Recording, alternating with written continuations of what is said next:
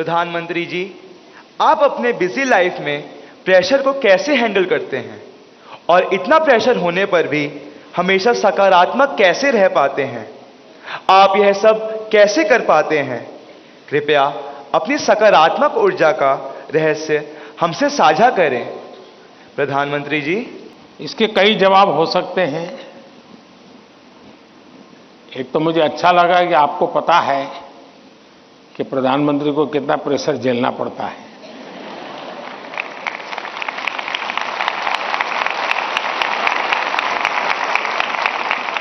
वरना आपको तो लगता होगा हवाई जहाज है, हेलीकॉप्टर है, उनको क्या है, यहां से यहां जाना है, यही करना है।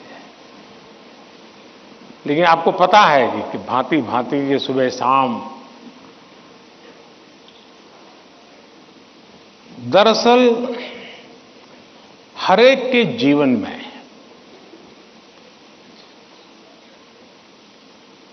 अपनी स्थिति से अतिरिक्त ऐसी बहुत सी चीजें होती हैं जिसको उसे मैनेज करना पड़ता है। जो उसने सोचा नहीं वैसी चीजें व्यक्तिगत जीवन में भी आ जाती है, परिवार जीवन में आ जाती है, और फिर उसे भी संभालना पड़ता है। अब एक नेचर ऐसा होता है कि भाई बहुत बड़ी आंधी आई है, चलो कुछ पल बैठ जाए, निकल जाने दो। कुछ संकट आया है, नीची मुंडी करो यार, समय जाएगा। शायद ऐसे लोग जीवन में कुछ अचीव नहीं कर सकते। मेरी प्रकृति है और जो मुझे काफी उपकारक लगी है, मैं हर चुनौती को चुनौती देता हूं।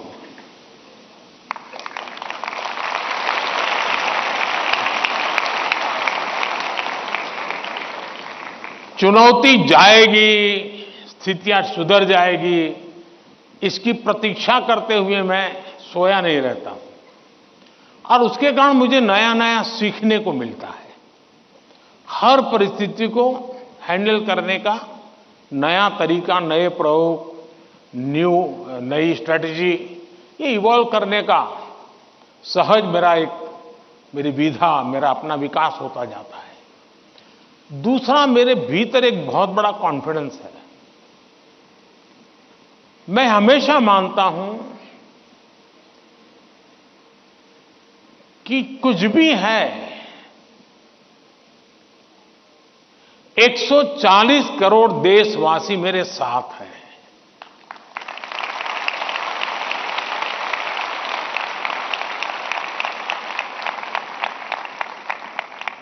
अगर 100 मिलियन चुनौतियां हैं तो बिलियंस ऑफ बिलियन समाधान भी है। मुझे कभी नहीं लगता है कि मैं अकेला हूं। मुझे कभी नहीं लगता है कि मुझे करना है। मुझे हमेशा पता होता है मेरा देश सामर्थ्यवान है, मेरे देश के लोग सामर्थ्यवान है, मेरे देश के लोगों का मस्तिष्क सामर्थ्यवान है। हम हर चुनौती को पार कर जाएंगे। ये मूलभूत मेरे भीतर मेरा सोचने का पिंड है। और इसके कारण मुझे कभी नहीं लगता यार मुझ पर आया क्या करूंगा। मुझे लगता है नहीं, 140 करोड़ लोग हैं, संभल जाएंगे, ठीक है, आगे मुझे रहना पड़ेगा, और गलत हुआ तो गाली मुझे खानी पड़ेगी। लेकिन मेरे देश का सामर्थ्य, और इसलिए मैं अपनी शक्ति देश के सामर्थ्य को बढ़ाने में लगा रहा हूं। और जितना ज्यादा मैं मेरे देशवासियों का सामर्थ्य बढ़ाता जाऊंगा, चुनौतियों को चुनौती देने की ताकत हमारी और बढ़ती जाएगी।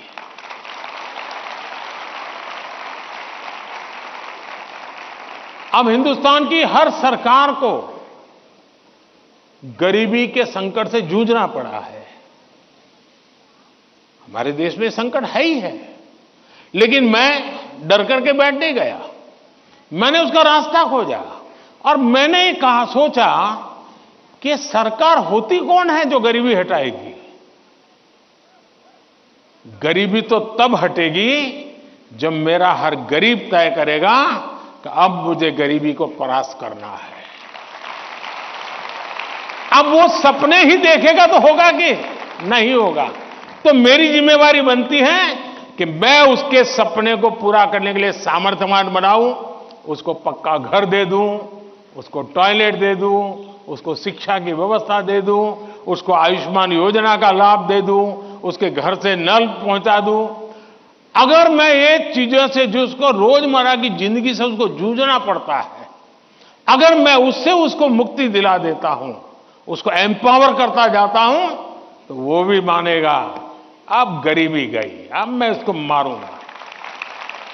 और आप देखिए, इस मेरे 10 साल के कार्यकाल में देश में 25 करोड़ लोग गरीबी से बाहर आए हैं। अब यही चीज और लोग भी तो जैसे बिताया, मैं भी बिता देता। और इसलिए मेरी कोशिश रहती है कि हम देश की शक्ति पर, देश के संसाधनों पर भरोसा करें। जब हम इन सारी चीजों को देखते हैं तो कभी हम अपने आप को अकेला महसूस नहीं करते। जी, मैं क्या करूं, मैं कैसे करूं, अरे मैं तो एक चाय बेचने वाला इंसान, क्या करूंगा, ऐसे नहीं सोच सकता हूं। जी, मुझे पूरा भरोसा होना चाहिए। और इसलिए पहली बात है कि आप जिनके लिए कर रहे हैं उन पर आपका अपार भरोसा।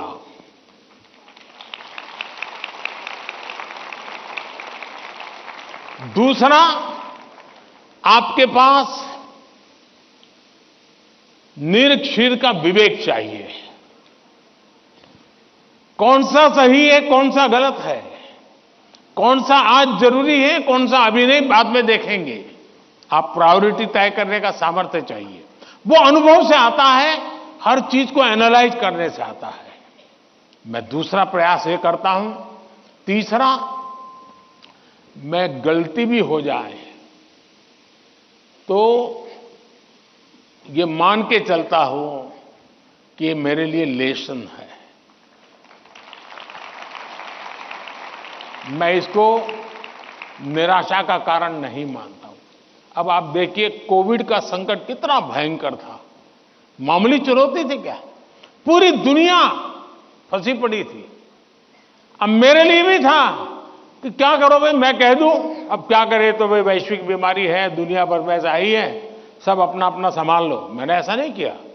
रोज टीवी पे आया, रोज देशवासियों से बात की, कभी ताली बजाने के लिए कहा, कभी थाली बजाने के लिए कहा, कभी दिया जलाने के लिए कहा। वो एक्ट कोरोना को खत्म नहीं करता है, लेकिन वो एक्ट कोरोना के खिलाफ लड़ाई लड़ने की एक सामूहिक शक्ति को जन्म देता है। सामूहिक शक्ति को उभारना। अब देखिए, पहले भी खेल के मैदान में हमारे लोग जाते थे, कभी कोई जीत के आता था, कोई जीत के नहीं आता था। जाने वाले को पूछता नहीं था, आने वाले को पूछता नहीं था।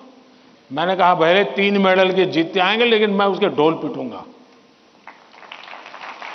तो धीरे धीरे करके 107 मेडल लेने का सामर्थ्य उन्हीं बच्चों में से निकला। सामर्थ्य तो था।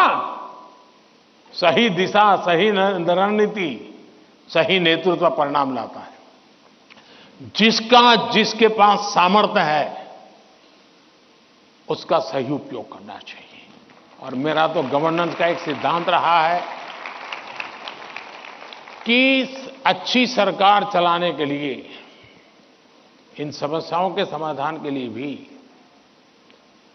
आपको नीचे से ऊपर की तरफ सही जानकारी आनी चाहिए, परफेक्ट इंफॉर्मेशन आनी चाहिए, और ऊपर से नीचे की तरफ परफेक्ट गाइडेंस जाना चाहिए।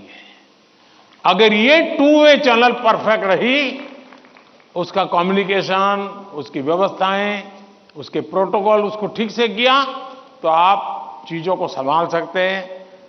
कोरोना एक बहुत बड़ा उदाहरण है। और इसलिए मैं मानता हूं कि हम निराश होने का कोई कारण ही नहीं होता है जीवन में। और अगर एक बार मन में तय कर लिया कि निराश होना ही नहीं है, तो फिर सिवाय पॉजिटिविटी कुछ आता ही नहीं है। और मेरे यहां निराशा के सारे दरवाजे बंद हैं। कोई कोना भी, एक छोटी खिड़की भी मैंने खुली नहीं रखी है कि निराशा वहां से घुस जाए। और आपने कभी देखा होगा, मैं रोता बैठता नहीं हूं जी। पता नहीं क्या होगा, वो हमारे साथ आएगा कि नहीं आएगा, वो हमसे भिड़ जाएगा क्या। अरे होता रहता है जी, हम किस चीज के लिए हैं। और इसलिए मैं मानता हूं कि जीवन में आत्मविश्वास से भरे हुए और अपने लक्ष्य के विषय में। और दूसरी बात है, जब कोई निजी स्वार्थ नहीं होता है, खुद के लिए कुछ करना तय होता है, तो निर्णयों में कभी भी दुविधा पैदा नहीं होती है। और वो एक बहुत बड़ी अमानत मेरे पास है। मेरा क्या, मुझे क्या, इससे मेरा कोई लेना देना नहीं है। सिर्फ और सिर्फ देश के लिए करना और आपके लिए करना, ताकि आपके माता पिता को जिन मुसीबतों से गुजरना पड़ा, मैं नहीं चाहता हूं कि उन मुसीबतों से आपको गुजरना पड़े।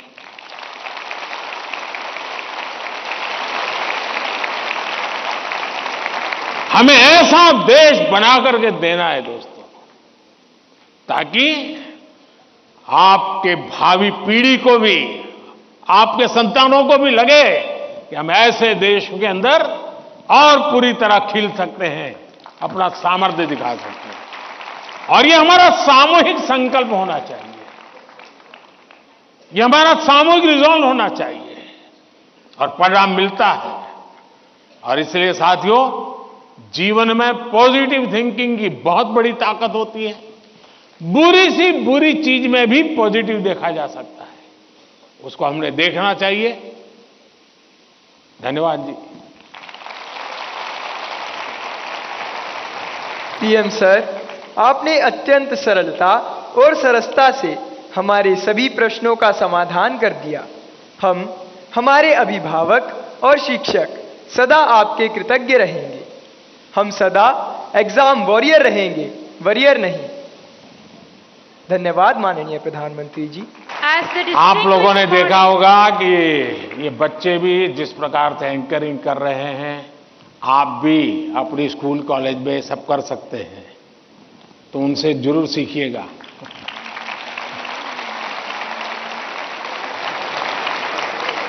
As the distinguished morning of Pariksha Pe Charcha 2024 concludes, we extend our sincere gratitude to Honorable Prime Minister Shri Narendra Modi ji for his wise counsel and inspirational touch. Today, Prime Minister Sir has exemplified the attributes of teaching as identified in the book Nannul. His suggestions have resonated and ignited the spirits of myriad of students, teachers and parents across our nation. Thank you once again, PM Sir. चलिए साथियों, आप सबका भी बहुत बहुत धन्यवाद। और मैं आशा करता हूं कि आप इसी उमंग उत्साह के साथ आपके परिवार को भी विश्वास देंगे, खुद भी आत्मविश्वास से भरे हुए और अच्छे परिणाम, और जीवन में जो चाहा है उसके लिए जीने की आदत बनेगी, और आप जो चाहते हैं वो परिणाम आपको प्राप्त होगा। मेरी आप सबको बहुत बहुत शुभकामनाएं हैं। धन्यवाद।